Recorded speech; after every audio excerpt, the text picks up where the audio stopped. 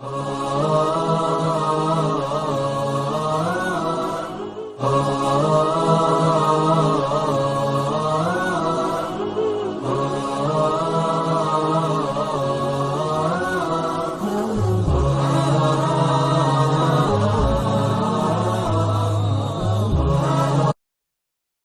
بالله السميع العليم من الشيطان الرجيم بسم الله الرحمن الرحيم والصلاة والسلام على رسول الله وبعد السلام عليكم ورحمة الله وبركاته.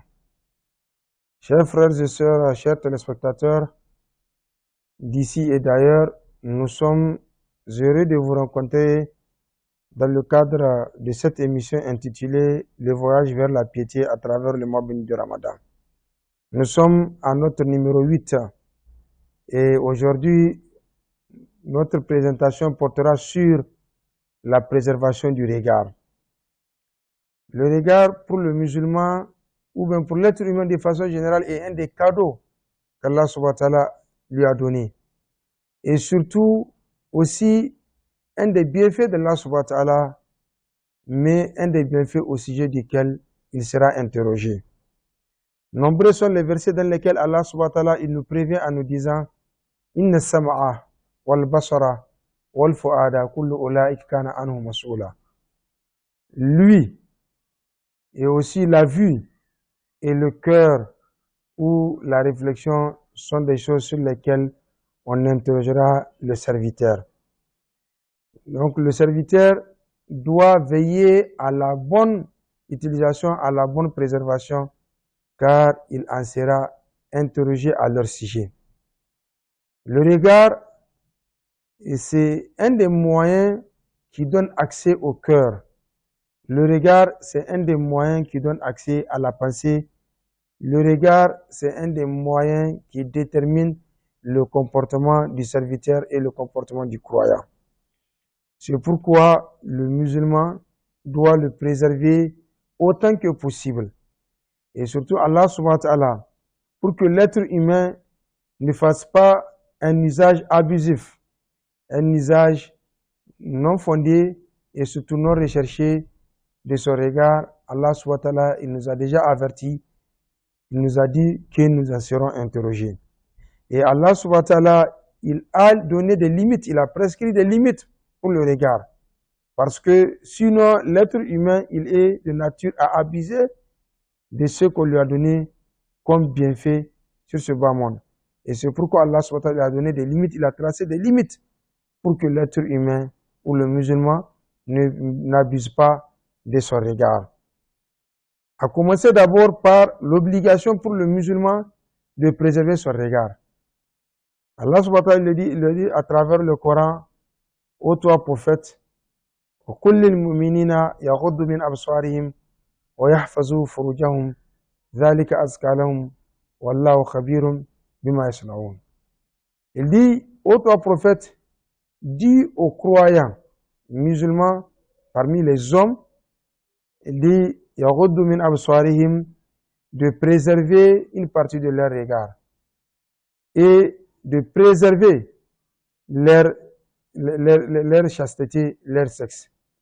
Allah subhanahu wa ta'ala, il dit au prophète d'instruire les croyants de baisser leur regard, une partie de leur regard. Ici, on dit une partie de leur regard, cela veut dire qu'une partie peut être autorisée, notamment sur le fait de regarder vers ce qui n'a pas été interdit. Donc, la partie interdite, c'est le fait de regarder vers tout ce qui a été interdit.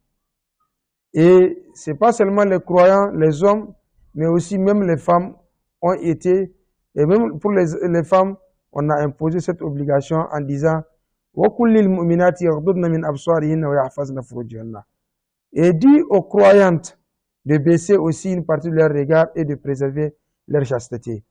Les savants ont dit le fait de baisser son regard est un moyen déterminant dans la préservation et la protection de son sexe et de sa chasteté.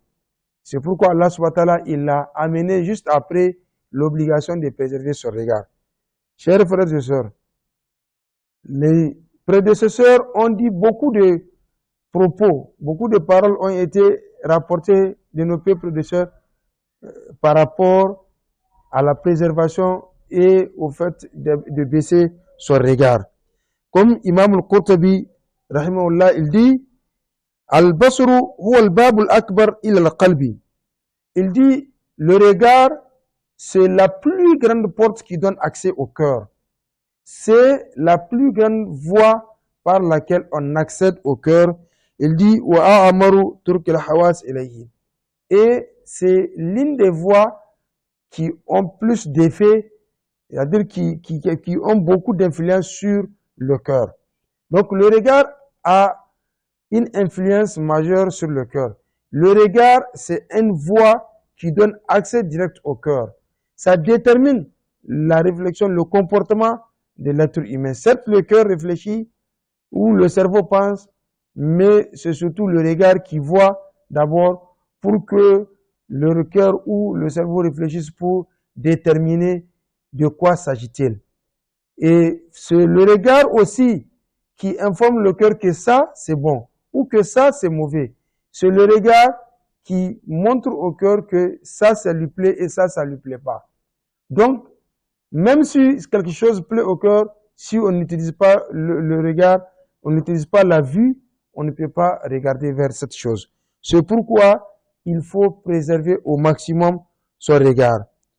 Chers frères et sœurs, le prophète sallallahu alayhi wa sallam, il a averti les compagnons par rapport au fait de laisser libre son regard et surtout le fait, par exemple, de fréquenter des endroits dans lesquels on ne peut pas préserver au mieux son regard. Par exemple, le fait d'être dans les lieux de causerie sur les grandes voies, parce que c'est des lieux dans lesquels il serait difficile pour le musulman de préserver son regard. Et les hadiths authentiques, il dit, Iyyakum wal julus ala turqat. Il dit, je vous préviens, faites attention de vous asseoir sur les voies. Et le compagnon, il dit, Wama lana min majalisina budda natahaddath fiha. Et les compagnons ont dit, qu'est-ce qu'il y a de mal dans le fait de nous asseoir dans nos assemblées? Parce que là, nous causons entre nous. Nous n'avons pas d'autre lieu pour nous asseoir et causer entre nous. Et le professeur, il dit, فَإِنْ أَبَيْتُمْ فَأَتُوا الطَّرِيقَ حَقَّهُ. Il dit, si vous refusez, vous entêtez de vous asseoir sur les voies, il dit, donnez à la voie ses droits. Remplissez les droits, donnez à la voie ses droits. Et le compagnon, il dit, Ya Rasulallah, wa ma haqqu tariq. Quels sont les droits de la voie? Il dit, Ghaddul Basar. Il commence d'abord par le fait de baisser son regard. Si vous êtes tenté de vous asseoir sur les voies, donc il faut baisser le regard. Il dit, wa kaful adha, le fait de vous abstenir de commettre des actes qui vont nuire. Et les savants ont dit, même dans ce deuxième acte-là, il y a aussi parfois le manque de baisser son regard. Parce qu'on sait parfois les gens qui s'assoient sur les voies, dès que quelqu'un va passer, une femme surtout, ils vont la fixer avec le regard au point où elle se sentira très gênée de passer par là. Donc, le fait de s'abstenir de nuire aux gens, il dit, warad salam, et le fait de rendre le salam, il dit, wal amru bil ma'ruf, wal nahy anil munkar, le fait de conseiller le bien et d'interdire le blâmable. Donc voilà le prophète sallallahu alayhi wa sallam qui nous prévient de nous asseoir sur les voies parce que c'est des endroits dans lesquels il serait très difficile pour le musulman de préserver au mieux son regard.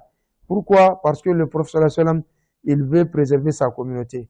Il veut les protéger contre la commission des péchés qui vont l'empêcher de bénéficier ou de renforcer sa foi. Et surtout pendant ce mois béni du Ramadan, nous devons préserver au mieux nos regards.